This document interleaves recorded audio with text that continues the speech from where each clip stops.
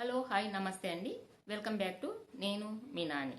ఈరోజు నేను మాట్లాడబోయే అంశం వచ్చేసి డబ్బును సంపాదించడం కాదు, దాన్ని ఎలా హ్యాండిల్ చేయాలో తెలుసుండాలి అనే అంశం గురించి మాట్లాడబోతున్నాను. ప్రతి మనిషి జీవన ప్రయాణంలో 3 ముఖ్యమైన లక్ష్యాలు ఉంటాయి. అవి ఏమిటంటే బ్రతకటం, బాగా బ్రతకటం, భవిష్యత్తుకు ఒక భద్రత అనేది కల్పించుకోవడం. ఈ 3 లక్ష్యాలను సాధించడంలోనూ ముఖ్య పాత్ర పోషించేది డబ్బు.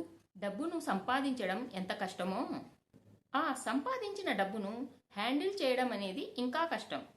అంటే డబ్బును ఎలా వినియోగించాలి, ఎలా సంరక్షించుకోవాలి, ఎక్కడ పెట్టుబడిగా పెట్టాలో తెలిసిన వారే జీవితంలో ధనవంతులుగా ఎదుగుతారు.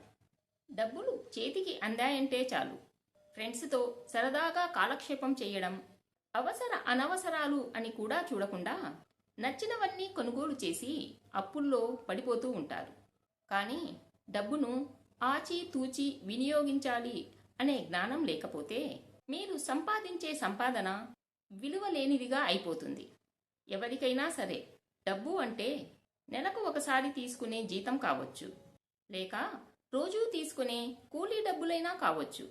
దేనినైనా సరే డబ్బు అనే అంటాం. డబ్బు అనేది మనం చేసే పనికి వచ్చినటువంటి ప్రతిఫలం.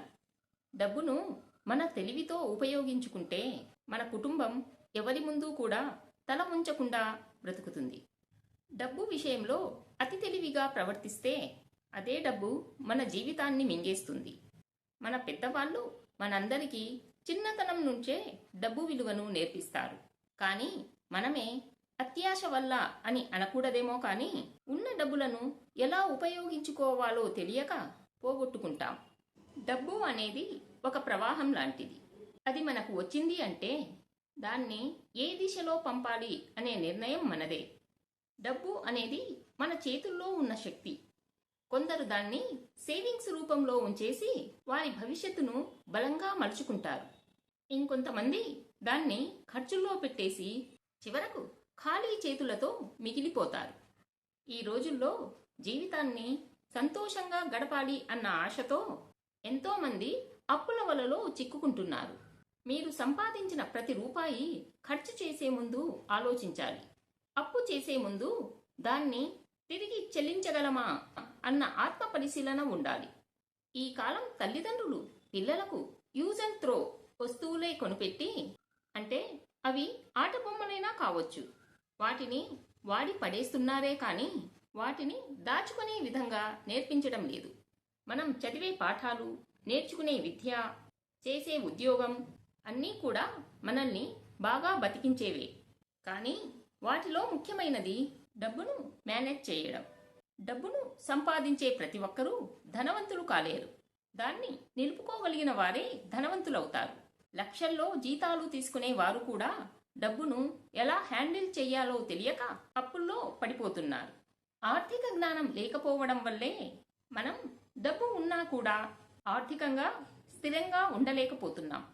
చివరిగా ఒక మాట, డబ్బులు చేతికి వస్తే ఆనందపడకండి. దాన్ని ఏ విధంగా ఖర్చు చేస్తున్నామో తెలుసుకుంటే భవిష్యత్ సురక్షితంగా ఉంటుంది. డబ్బును సంపాదించడం అనేది ఒక కళ. సంపాదించిన డబ్బును సురక్షితంగా వాడుకోవడం అనేది ఒక విజ్ఞానం. ఈ విజ్ఞానం కలవారే జీవితంలో ధనవంతులుగా ఎదుగుతారు. మనకు కావలసింది ఫ్యాన్సీ లైఫ్ కాదు, సేఫ్ లైఫ్ ముఖ్యం.